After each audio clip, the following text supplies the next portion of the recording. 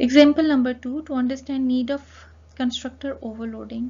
अभी नेक्स्ट हम एक सी शॉप डिमॉन्स्ट्रेशन देखेंगे, जिसमें हम देखेंगे कि हम पहले जो है एक क्लास क्रिएट करते हैं, ठीक है, और उस क्लास में जो है हम एक ही कंस्ट्रक्टर डिफाइन करते हैं, ठीक है। हम उसमें कंस्ट्रक्टर ओवरलोडिंग नहीं करेंगे, तो हम देखेंगे कि अगर हम कंस्ट्रक्टर ओवरलोडिंग नहीं करते तो फिर हम बाउंड हो जाते हैं कि हम उस क्लास का ऑब्जेक्ट हमेशा उसी स्पेसिफिक वे में क्रिएट कर सकते हैं।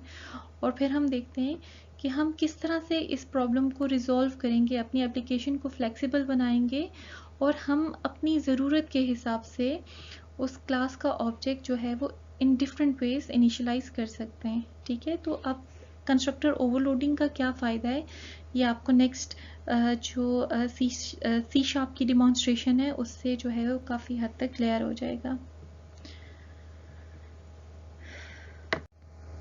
ओके, एग्जाम्पल नंबर 2 जो है बेसिकली उसमें हम एक क्लास बनाएंगे बॉक्स, और उसके हम ये 3 पैरामीटर्स डिफाइन करेंगे, विड्थ, लेंथ और हाइट, ठीक है। और आप देखो कि बेसिकली ये 3 डायमेंशंस होती हैं जिसके बेस के ऊपर जो है वो एक बॉक्स क्रिएट होता है, और फिर हम बॉक्स का वॉल्यूम जो है वो कैलकुलेट करेंगे, जो बेसिकली इन तीनों डायमेंशंस की मल्टीप्लिकेशन से कंप्यूट होता है, ठीक है। तो ये एक छोटा सा इंट्रोडक्शन है कि हम जो एप्लीकेशन बनाने जा रहे हैं उसमें जो हम 3 पैरामीटर्स ले रहे हैं वो क्यों ले रहे हैं, और हमारा जो बॉक्स है उसका वॉल्यूम कैसे कंप्यूट होगा।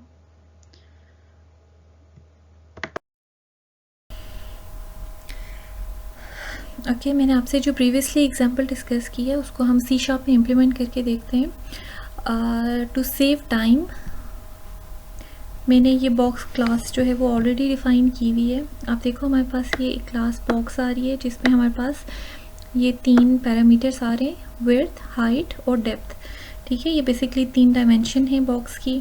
फिर हमारे पास एक कंस्ट्रक्टर है जो बेसिकली 3 पैरामीटर्स ले रहा है, ठीक है। तो ये क्या है, ये एक पैरामीटराइज्ड जो है वो कंस्ट्रक्टर है, ठीक है। और आप देखो ये 3 पैरामीटर्स ले रहा है और इन पैरामीटर्स को फिर अकॉर्डिंगली जो है इन 3 डायमेंशंस को असाइन कर रहा है।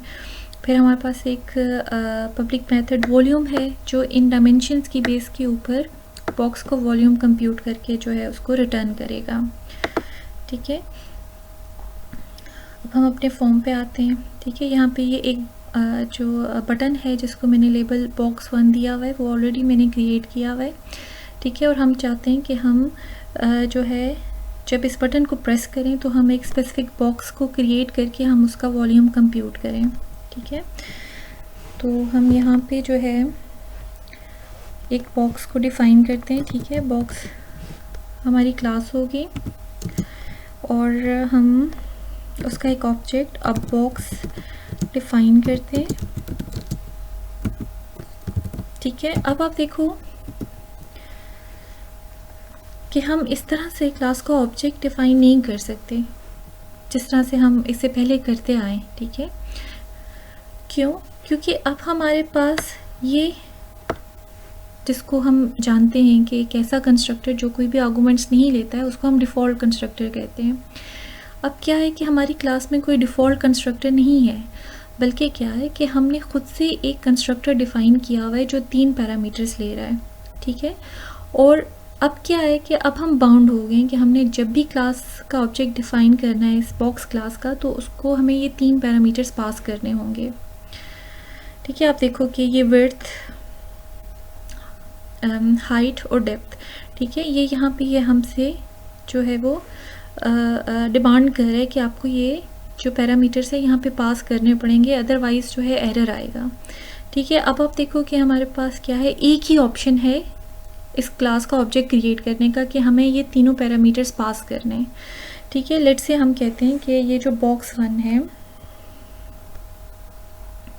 उसके लिए विड्थ हमें 10 चाहिए, ठीक है। हाइट लेट्स से हम कहते हैं हमें 20 चाहिए और उसकी जो डेप्थ है वो हमें 15 चाहिए, ठीक है। और अब देखो हमने एक बॉक्स बना दिया, हमने उसकी डायमेंशंस दे दी, ठीक है। अब इस डायमेंशन पे हमारा एक बॉक्स बन जाएगा और अब हम मैसेज बॉक्स में जो है इसका वॉल्यूम शो करवा देते हैं, ठीक है, थोड़ा सा हम एक मैसेज भी डिस्प्ले कर लेते हैं कि तो वॉल्यूम ऑफ बॉक्स 1 is, और फिर हम क्या करेंगे, इस क्लास के ऑब्जेक्ट के साथ हम इसके वॉल्यूम के फंक्शन को कॉल करेंगे। ठीक है, तो क्या होगा कि जो भी इन पैरामीटर्स के बेस के ऊपर ये वॉल्यूम का मेथड वॉल्यूम कंप्यूट करेगा, वो रिटर्न होके यहाँ पे आ जाएगा और इस मैसेज बॉक्स में शो हो जाएगा। ठीक है, इसको हम यहाँ पे एग्जीक्यूट करके देखते हैं। ठीक है, आप देखो कि जो है हमारा ये कंस्ट्रक्टर जो है वो इफेक्टिवली जो है एक स्पेसिफिक बॉक्स क्रिएट कर रहा है और हम उसका वॉल्यूम जो है वो यहाँ पे कंप्यूट करके व्यू कर सकते हैं। ठीक है,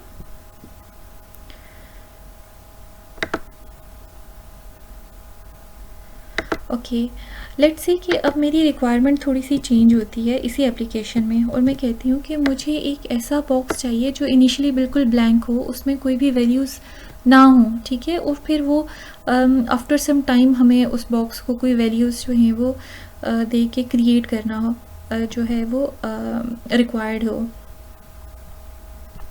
ओके, लेट्स से इस बॉक्स को मैं जो है वो बॉक्स 2 कह देती हूँ। ठीक है, और मैं कहती हूँ कि मेरी रिक्वायरमेंट है कि मुझे एक और बॉक्स क्रिएट करना है जो जिसकी सब साइड्स जो हैं वो इक्वल होंगी। ठीक है, तो मुझे पता है कि ऐसे बॉक्स को हम क्यूब कहते हैं।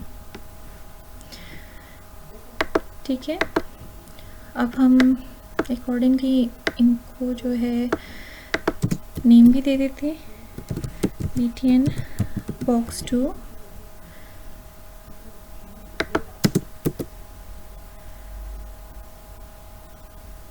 और BTN क्यूब, सॉरी।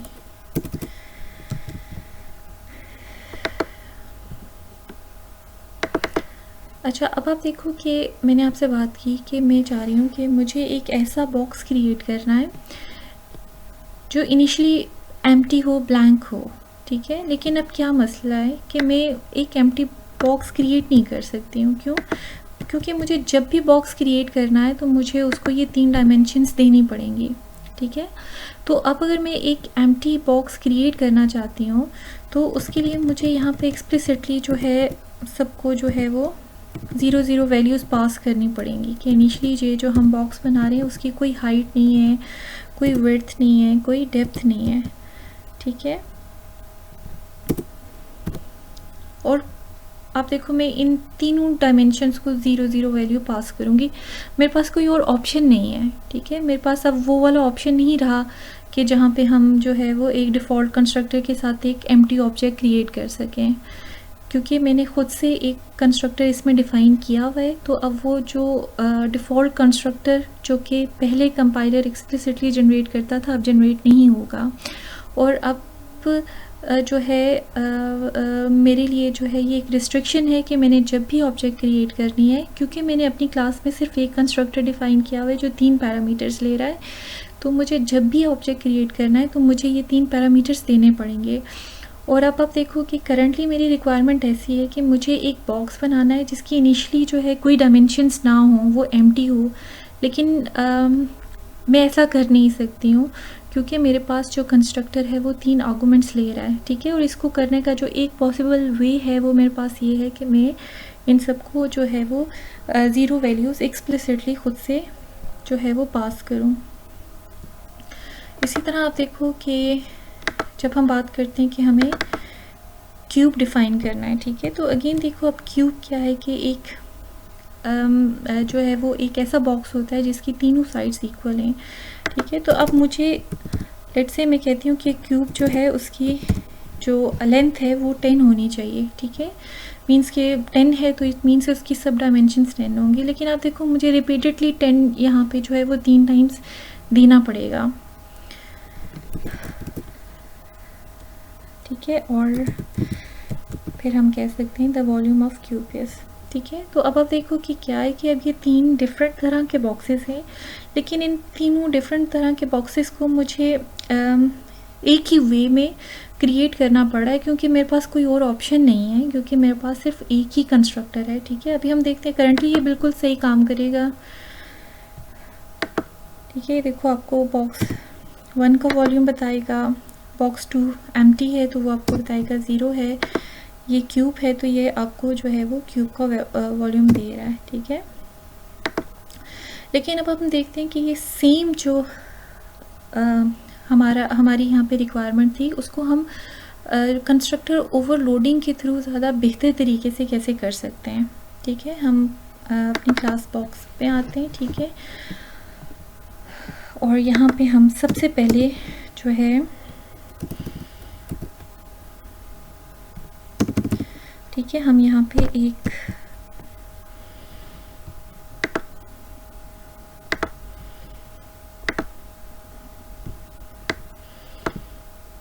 ठीक है, मैं थोड़ा सा साइज़ ज़्यादा किया आपको क्लियरली नज़र आए। हम यहाँ पे जो है एक कंस्ट्रक्टर डिफ़ाइन करते हैं। ठीक है, और हम डिफ़ॉल्ट कंस्ट्रक्टर इसको कहते हैं, और यहाँ पे हम कहते हैं कि जो भी हमारी बॉक्स की विड्थ होगी, ठीक है, हाइट होगी, डेप्थ होगी, उसको हम कहते हैं कि वो इक्वल टू 0 होगी। ठीक है, और साथ ही हम कहते हैं कि हम यहाँ पे एक और कंस्ट्रक्टर डिफ़ाइन करते हैं। ठीक है, जो बेसिकली हमारे क्यूब बॉक्स के लिए हमें जो है वो हेल्प करेगा। ठीक है, हम कहते हैं कि हमारे पास जो है वो एक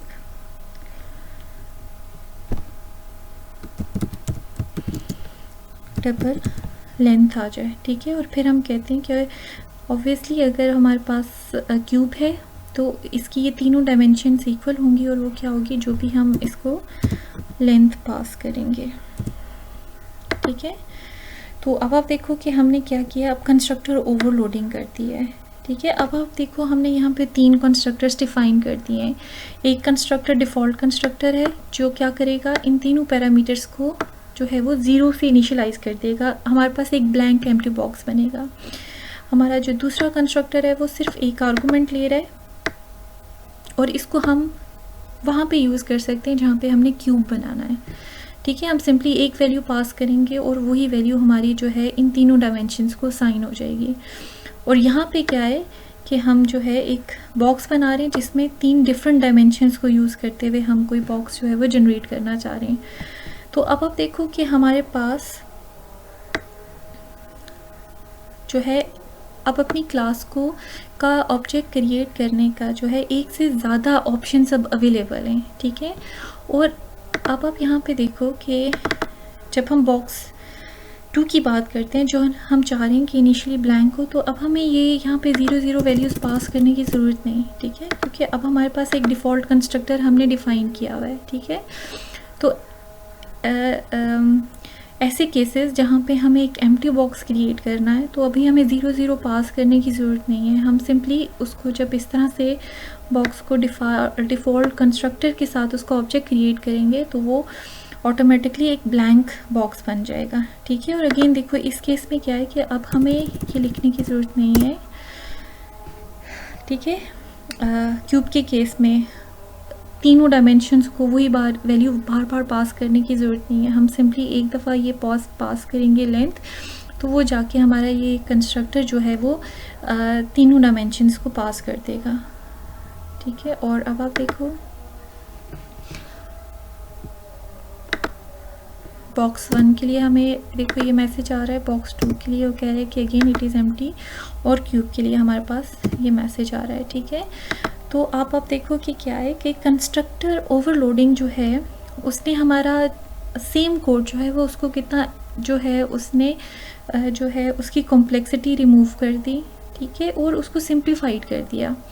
मींस जहाँ हमें पैरामीटर्स पास करने की ज़रूरत नहीं, वहाँ पे अब हमारे पे रिस्ट्रिक्शन नहीं है कि हम जो है वो 0 0 पैरामीटर्स, या यहाँ जहाँ पे हम सिंपली एक वैल्यू पास करके क्यूब क्रिएट कर सकते हैं वहाँ पे हम रिपीटेडली सेम वैल्यू 3 दफ़ा पास करें। ठीक है, तो ये एडवांटेज होता है कंस्ट्रक्टर ओवरलोडिंग का, कि वो हमें एक फ्लेक्सिबिलिटी देता है कि हम अपनी ज़रूरत के हिसाब से उस क्लास का ऑब्जेक्ट जो है वो किसी एक स्पेसिफिक स्टेट में हम क्रिएट कर सकें।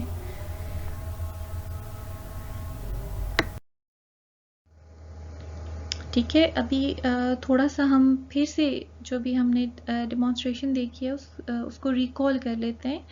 ठीक है, अब देखो क्या था कि इनिशियली हमारे पास क्लास बॉक्स थी। ठीक है, और उसमें हमारे पास क्या था कि एक ही कंस्ट्रक्टर था। ठीक है, as we can see that the box constructor requires 3 parameters. This means that all declaration of box objects must pass 3 arguments to the box constructor. For example, the following statement is currently invalid. ठीक है, और हमने ये देखा था कि जब हमने इस तरह से कंस्ट्रक्टर एक्सप्लिसिटली यूजर ने डिफाइन कर दिया तो ये डिफॉल्ट कंस्ट्रक्टर पे वर्क नहीं करता है। ठीक है, और फिर हम बाउंड हो जाते हैं कि हमें अपनी क्लास का ऑब्जेक्ट जब भी क्रिएट करना है तो उसको हमने ये 3 पैरामीटर्स पास करने हैं। Since box requires 3 arguments, it's an error to call it without them. ठीक है, हम उनके बगैर कॉल नहीं कर सकते। हमें हर हालत में इस करंट सिनेरियो में जब हमारी क्लास के अंदर एक ही कंस्ट्रक्टर है, वो 3 पैरामीटर्स ले रहा है, तो हमें हर हाल में क्या है कि उसको 3 आर्गुमेंट्स के साथ ही क्रिएट करना पड़ेगा, अदरवाइज क्या होगा, एरर जनरेट होगा। Suppose we simply wanted a box object without initial dimensions. ठीक है, हम एक ब्लैंक बॉक्स चाहते हैं जिसकी इनिशियली कोई डायमेंशंस नहीं है। ठीक है, और हम उसको बाद में क्रिएट करना चाहते हैं। और we want to initialize a cube by specifying only one value that would be used for all 3 dimensions. ठीक है, या फिर हम एक क्यूब बनाना चाह रहे हैं। ठीक है, और एक क्यूब के केस में क्या होता है कि एक ही सिंगल वैल्यू होती है जो तीनों डायमेंशंस यूज करी होती हैं। For the above implementation of box class, these options are not available to us. ठीक है, करंटली आप देखो हमारी क्लास के अंदर जो एक कंस्ट्रक्टर डिफाइन है वो हमें अलाउ नहीं करता कि हम जो है कुछ इस वे में क्लास के ऑब्जेक्ट को क्रिएट कर सकें कि हम जो है एक ऐसा बॉक्स क्रिएट करें जिसकी इनिशियली जो है वो विदाउट इनिशियल डायमेंशंस हो। ठीक है, और सब उसकी डायमेंशंस जो हैं वो 0 हों। ठीक है, ये हमें अलाउ नहीं करता है और हमें इस केस में एक्सप्लिसिटली फिर 0 0 पास करना पड़ेगा, या फिर हम जो है एक सिंगल वैल्यू क्यूब के लिए देके जो है उसके तीनों डायमेंशंस को असाइन करके हमें क्यूब फॉर्म कर सकें। करंटली ये पॉसिबल नहीं है। ठीक है, और करंटली अगर हमें इस तरह की इम्प्लीमेंटेशन करनी है कि हमें एक बॉक्स बनाना है विदाउट एनी इनिशियल डायमेंशन या क्यूब, तो हमें फिर इसी कंस्ट्रक्टर को यूज़ करना पड़ेगा। और जब हमने एक ब्लैंक बॉक्स बनाना है तो जैसे कि हमने डिमॉन्स्ट्रेशन में भी देखा कि फिर हम क्या करेंगे कि हम जब क्लास का ऑब्जेक्ट बनाएंगे तो हम क्या करेंगे कि इस बॉक्स कंस्ट्रक्टर को 0 0 0 एक्सप्लिसिटली हमें पास करना पड़ेगा और वो फिर यहाँ आके इन सब को 0 0 कर देगा। ठीक है, और अगर हमें क्यूब बनाना है तो लेट से जो भी हमें उसकी लेंथ देनी है तो वो हमें यहाँ पे 3 दफ़ा देनी पड़ेगी। These types of problems of different ways of initializing an object can be solved by constructor overloading। और हमने देखा कि ये जो हमारी इस तरह की रिक्वायरमेंट थी उसको हम अफेक्टिवली जो है वो कंस्ट्रक्टर ओवरलोडिंग के साथ हम उसको जो है वो ज़्यादा इफ़िशिएंट, ज़्यादा अच्छे तरीके से हम उसको हैंडल कर सकते हैं। ठीक है, अब बात यह है कि ये जो हमारी अबव रिक्वायरमेंट है हम इसको विदाउट कंस्ट्रक्टर ओवरलोडिंग भी इम्प्लीमेंट कर सकते हैं, लेकिन वही बात जो मैं आपको हमेशा बताती हूँ कि ऑब्जेक्ट ओरिएंटेड प्रोग्रामिंग हमें जो है ये सिखाती है कि हम अपने कोड को ज़्यादा एफिशिएंट या ज़्यादा अच्छा कैसे बना सकते हैं। ठीक है, और वो हर प्रॉब्लम जो कि without using object oriented programming concept solve हो सकती है। ठीक है, ऑब्जेक्ट ओरिएंटेड प्रोग्रामिंग उसी का एक बेहतर सोल्यूशन देती है। ठीक है, तो ये जो सिनेरियो अभी हमने यहाँ पर डिस्कस किया है उसका हमारे पास जो है एक ऑब्जेक्ट ओरिएंटेड प्रोग्रामिंग में एक जो बहुत ही एफिशिएंट सोल्यूशन है वो है यूज ऑफ कंस्ट्रक्टर ओवरलोडिंग। ठीक है, तो अब आप देखो हमने यहाँ पे कंस्ट्रक्टर ओवरलोडिंग कर दी और 3 कंस्ट्रक्टर्स हमने डिफाइन कर दिए। ठीक है, अब देखो पहला जो हमारा कंस्ट्रक्टर है जो कि डिफ़ॉल्ट कंस्ट्रक्टर है, ठीक है, इसके through we can create a box without initial dimensions. ठीक है, ये देखो आप जब अब हम इस तरह से बॉक्स क्रिएट करेंगे तो क्या होगा कि हमारा ये वाला कंस्ट्रक्टर कॉल होगा और सारी डायमेंशंस जो हैं वो ऑटोमेटिकली 0 हो जाएंगी।